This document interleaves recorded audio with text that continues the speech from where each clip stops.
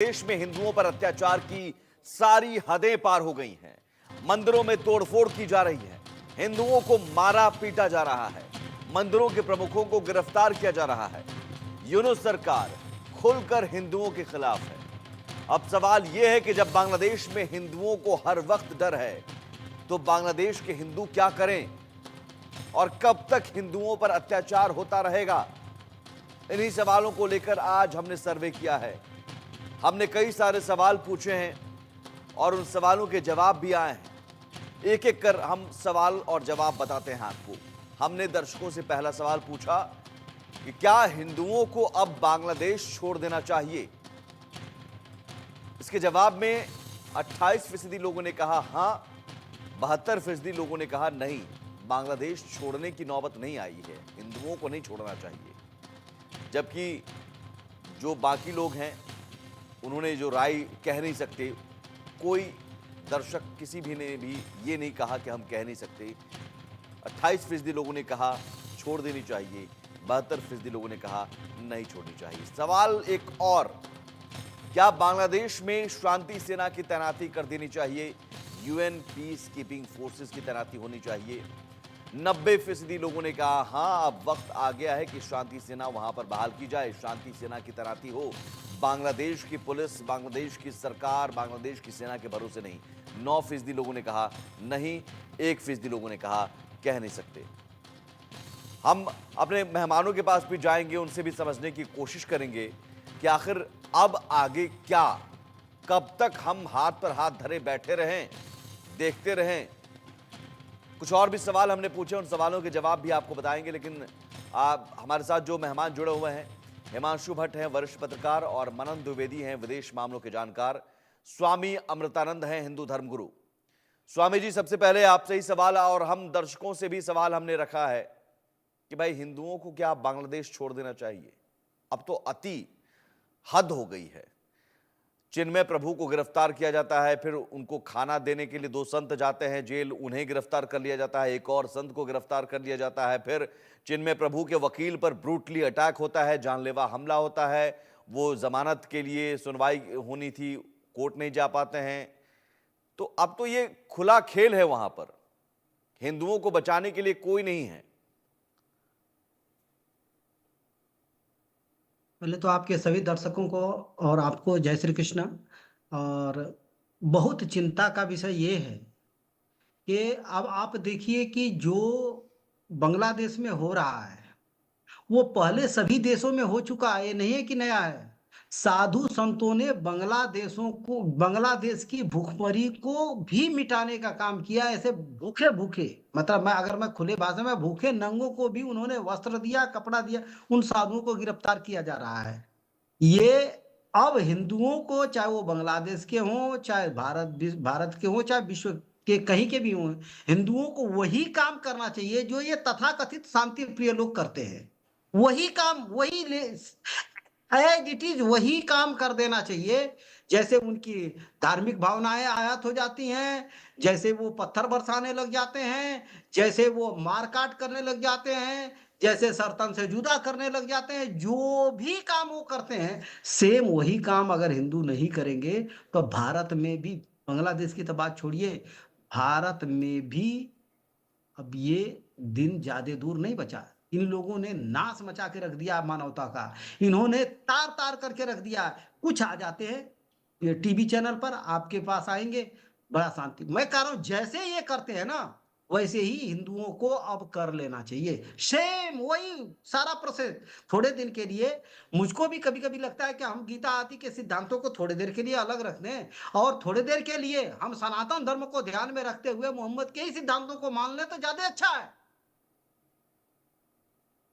नहीं, तभी ये सनातन धर्म बचेगा, और कोई उपाय नहीं दिख रहा नहीं है नहीं हमें। नहीं, इसका मतलब ये तो बहुत निराशा है हिमांशु जी। तब तो फिर यहाँ मोदी सरकार है, हम बीजेपी की सत्ता है केंद्र में, राज्यों में, और हिंदुत्व की बात यहाँ पर हो रही है।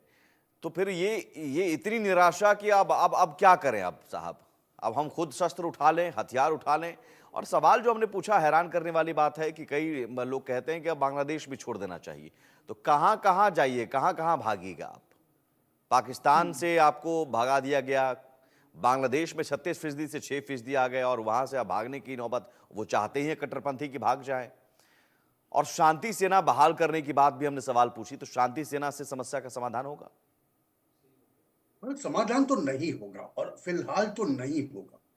देखिए, रियल पॉलिटिक्स, वास्तविक राजनीति को जब हम देखें, वैश्विक वास्तविक राजनीति और वैश्विक परिप्रेक्ष्य में जब देखें, तब ये खाली हिंदुओं की प्रताड़ना नहीं हो रही है, ये भारत को उकसाने का एक प्रयत्न हो रहा है, जिसे हम वैश्विक डीप स्टेट कहते हैं।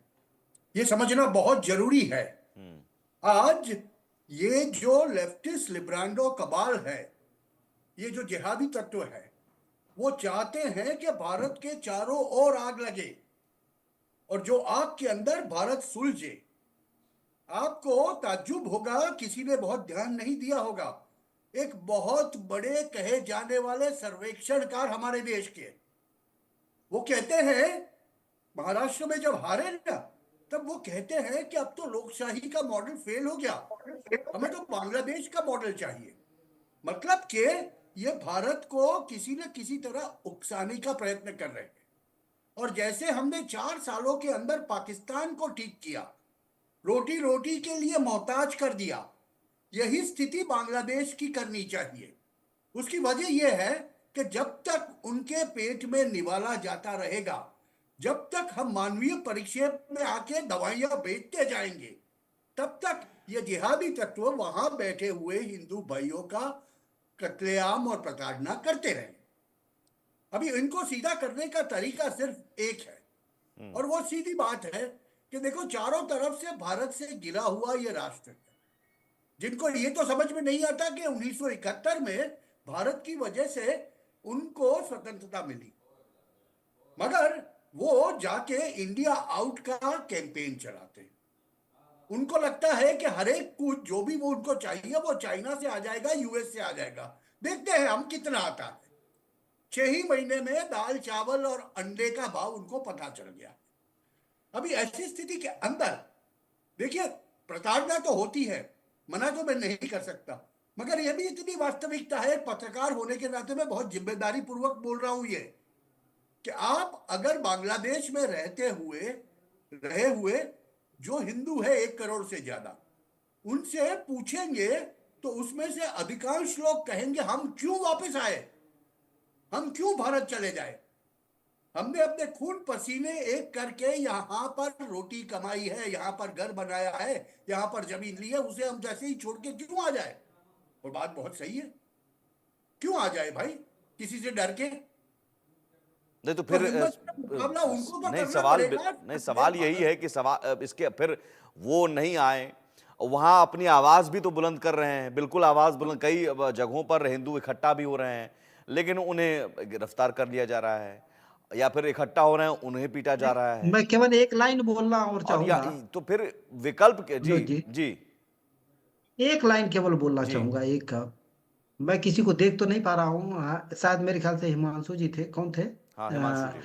मैं, हाँ, हिमांशु जी को मैं प्रणाम करते हुए खाली इतनी सी बात कह रहा हूँ, इतनी सी बात कह रहा हूँ कि ये देश को उकसाने की नहीं है प्रक्रिया, इसको थोड़ा सा सुधार करने की चीज है। विश्व में मानवीय सभ्यता को समाप्त करने की प्रक्रिया है, जिसको रोके रखे अगर विश्व में कोई, तो वो सनातन हिंदू धर्म ही है, जो विश्व में मानवीय सभ्यता को और उसको मिटा देने की प्रक्रिया है। बांग्लादेश का मैटर नहीं है, उससे भी भयानक भारत में होने वाला है, लिख के रख लीजिए आप। बस इतना कह रहा था, बाकी आगे बताऊंगा आपको। नहीं, ये चीज मैं मानता हूं, मगर आज की वैश्विक परिस्थितियां जो है, उस पर से हमें यह पता चलता है कि जब तक 20 जनवरी नहीं हो जाएगा, ट्रंप आके नहीं बैठेंगे, तब तक का ये एडमिनिस्ट्रेशन, ये जो बिचौलिया एडमिनिस्ट्रेशन है, वो ऐसी चीजें दुनिया भर में करवाता ठीक है। तो क्या मनन, ठीक है, तब तो इसका बेहतर सवाल जवाब मनन द्विवेदी जी, तो क्या यही बात है?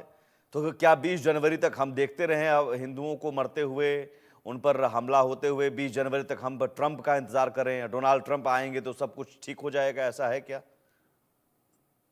ये ऐसा तो मेरे हिसाब से अमेरिका के पास भी या फिर प्रेसिडेंट डोनाल्ड ट्रंप के पास भी कोई छड़ी नहीं है, कोई ऐसा मैजिक वर्ड नहीं है कि वो एक दो दिन में या एक महीने में जो बांग्लादेश में हिंदुओं के अगेंस्ट जो जेनोसाइड हो रहा है, हमको बल्कि शब्द यूज करना चाहिए जेनोसाइड, उसको रोक सकें। पर मुझे ऐसा लगता है कि ये कोई नई बात नहीं है, ये बिल्कुल भी नई बात नहीं है कि बांग्लादेश में हिंदुओं को प्रताड़ित किया जा रहा है। अगर हम 1965 के इंडिया पाकिस्तान वॉर को देखे, इतिहास के पन्ने उल्टे हैं, इतिहास को समझना यहाँ पे बहुत जरूरी है। तो वहां पे एक वेस्टेड प्रॉपर्टी एक्ट आया, जिसके चलते ईस्ट पाकिस्तान में, क्योंकि उस समय पाकिस्तान ही था, बांग्लादेश का जन्म 1971 में हुआ, वहां पर जो हिंदू एंटरप्रेन्योर्स थे, जो हिंदू बिजनेसमैन थे या हिंदू नॉर्मल या गरीब मिडिल क्लास फैमिलीज थी, उनके मंदिरों को और उनकी जो प्रॉपर्टीज को, उनके घरों को, उनके कार्यालयों को बिल्कुल बांध दिया गया और उनसे ओनरशिप राइट्स छीन लिए गए।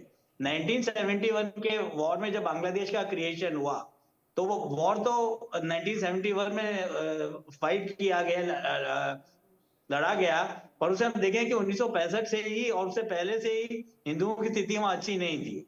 और अगर हम देखें कि वहां के संविधान को देखें, ये हमें चीज बिल्कुल नहीं भूलनी चाहिए कि वहां के हम संविधान को देखें तो 1971 में जब बांग्लादेश एक आजाद कंट्री के रूप में सामने आया, तब बांग्लादेश को बंगबंधु ने डिक्लेयर किया था, बंगालियों ने डिक्लेयर किया था कि वो एक सेक्युलर राष्ट्र है।